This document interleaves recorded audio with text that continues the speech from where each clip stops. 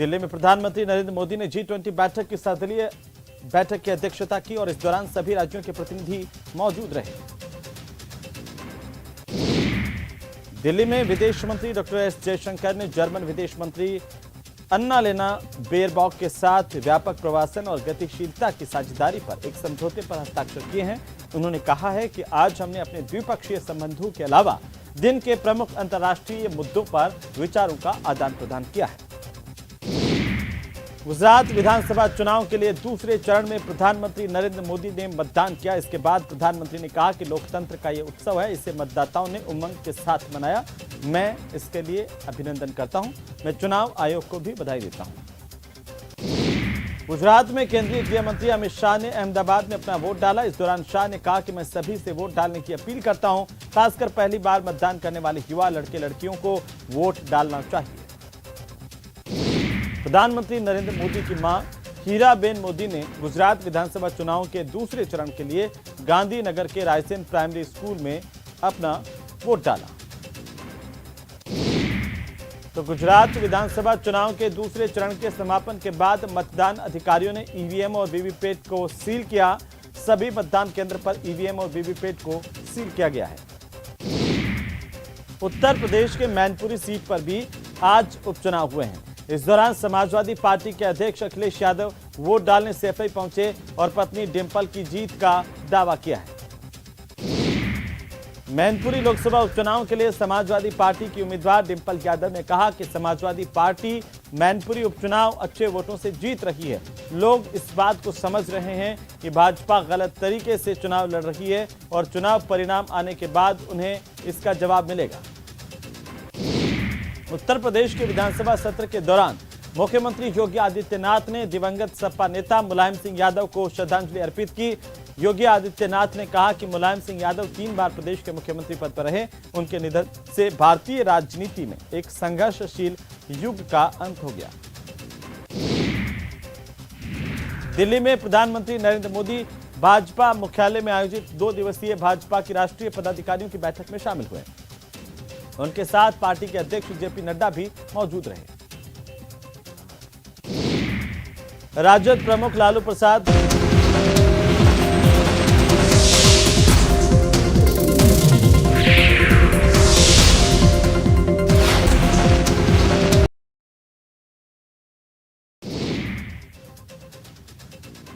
दिल्ली में प्रधानमंत्री नरेंद्र मोदी ने G20 बैठक की सर्वदलीय बैठक की अध्यक्षता की और इस दौरान सभी राज्यों के प्रतिनिधि मौजूद रहे।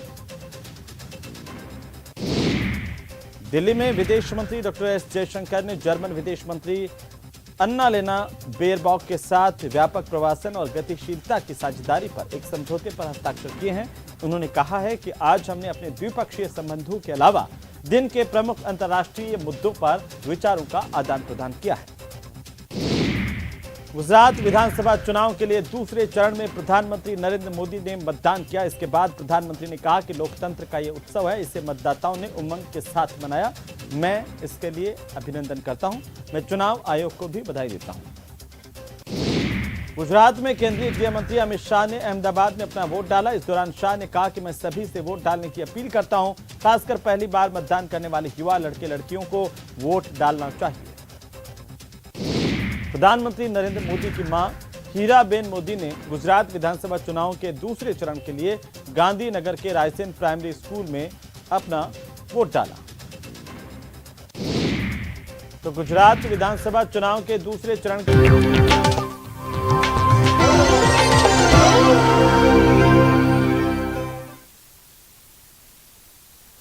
और अब देख लेते हैं 5 मिनट में 25 खबरें।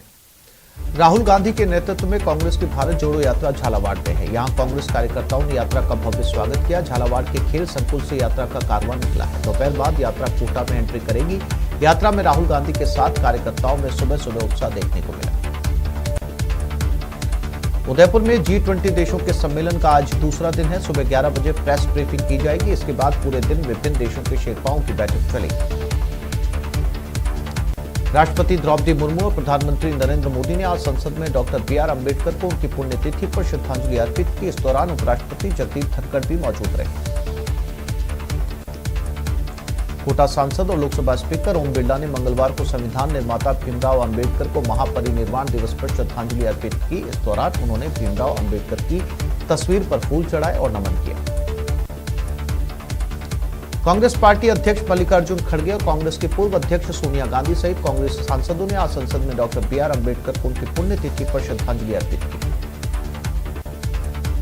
राष्ट्रपति द्रौपदी मुर्मू ने भारतीय नौसेना के ध्वज के नए डिजाइन को मंजूरी दे दी है। अधिकारियों ने सोमवार को बताया कि इसका अनावरण 4 दिसंबर को नौसेना दिवस पर विशाखापट्टनम में किया गया।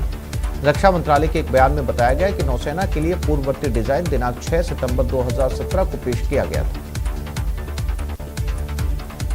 मथुरा में हिंदू महासभा ने आज शाही ईदगाह मस्जिद में हनुमान चालीसा के पाठ का ऐलान किया। इसे लेकर जिले में पुलिस अलर्ट पर है, वहीं मुख्य मार्गों पर नाकेबंदी जारी है। दिल्ली की वायु गुणवत्ता और मौसम पूर्वानुमान और अनुसंधान प्रणाली के मुताबिक आज की वायु गुणवत्ता सूचकांक 337 पर पहुंच गया। इससे दिल्ली का वायु गुणवत्ता बेहद खराब दर्ज किया गया है। जयपुर में न्यायिक अधिकारी के आवास पर न्यायिक कर्मचारी सुभाष मेहरा की संदिग्ध मौत के मामले में कर्मचारियों का आंदोलन लगातार जारी है। झुंझुनू कलेक्ट्रेट पर न्यायिक कर्मचारी धरना दे रहे हैं और कर्मचारियों के धरने को वकीलों और मंत्रालय कर्मचारियों का समर्थन मिल रहा है। सुखजिंदर सिंह रंधावा को राजस्थान कांग्रेस का नया प्रभारी नियुक्त किया गया। उन्होंने कहा कि राजस्थान में मेरे सामने कोई चुनौती नहीं है। राजेंद्र राठौड़ की जनहित याचिका पर आज हाईकोर्ट में सुनवाई होगी। कांग्रेस विधायकों के इस्तीफे के मामले में उन्होंने याचिका दायर की। विधानसभा अध्यक्ष पर संवैधानिक कार्रवाई नहीं करने का आरोप लगाया। गैंगस्टर राजू ठेहट और ताराचंद की हत्या करने वाले बदमाशों की कोर्ट में पेशी हुई। मनीष जाट और विक्रम गुर्जर 7 दिनों की पुलिस रिमांड पर हैं। एक आरोपी बाल न्यायालय में पेश किया गया है। उदयपुर में 5 साल की बच्ची के अपहरण मामले में पुलिस को बड़ी सफलता हाथ लगी। पुलिस ने बच्ची को बरामद कर किडनैपर को गिरफ्तार कर लिया। फिलहाल पुलिस आरोपी से पूछताछ कर रही है। चूरू में पुलिस अधिकारी की कार ने बाइक को टक्कर मार दी। हादसे में बाइक सवार की मौके पर मौत हो गई। टक्कर मारने के बाद पुलिस की गाड़ी मौके से फरार हो गई। हादसे के बाद ग्रामीणों ने थाने पर प्रदर्शन किया, वहीं हाईवे जाम कर दिया। हालांकि पुलिस ने आक्रोशित ग्रामीणों को समझाकर जाम खुलवा दिया। ग्रामीणों ने एक सरकारी नौकरी और 1 करोड़ रुपए मुआवजे की मांग की। कोटा की किशोरपुरा थाना पुलिस ने कार्रवाई करते हुए बाइक चोरी की वारदात को अंजाम देने वाले 3 आरोपियों को गिरफ्तार करने में सफलता हासिल की। आरोपियों के कब्जे से चोरी की 1 मोटरसाइकिल भी बरामद की गई। तीनों आरोपियों के खिलाफ पहले से 20 मामले दर्ज हैं।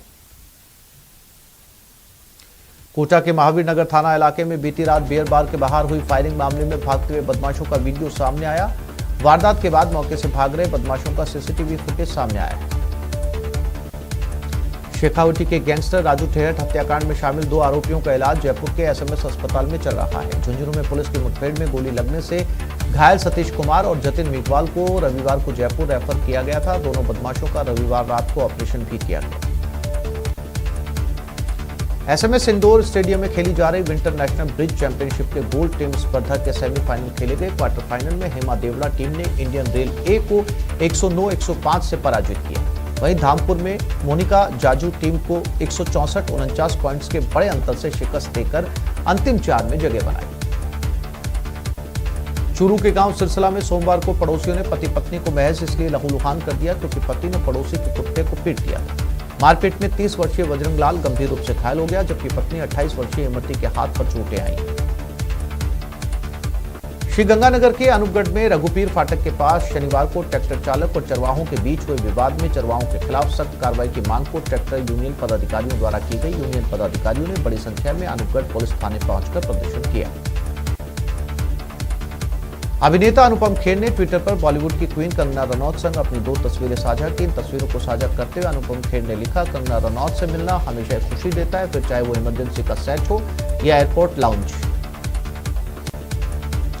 गुरुग्राम में आयोजित हो रहे ब्लाइंड 2020 वर्ल्ड कप की ओपनिंग सेरेमनी में हरियाणा सरकार में मंत्री संदीप सिंह और पूर्व क्रिकेटर युवराज सिंह मौजूद रहे। युवराज सिंह ने कहा कि अगर दूसरे खेलों को भी जमीनी स्तर पर सुविधा मिलेगी तो नीरज चोपड़ा जैसे बहुत से चैंपियन बाहर निकलेंगे। कोलंबिया से लैंडस्लाइड के चलते 27 लोगों की मौत हुई। बता दें कि भूस्खलन को लेकर कोलंबिया के राष्ट्रपति गुस्तावो पेट्रो ने पुष्टि करते हुए जानकारी दी कि इस भूस्खलन में अब तक कम से कम 27 लोगों की जान चली गई।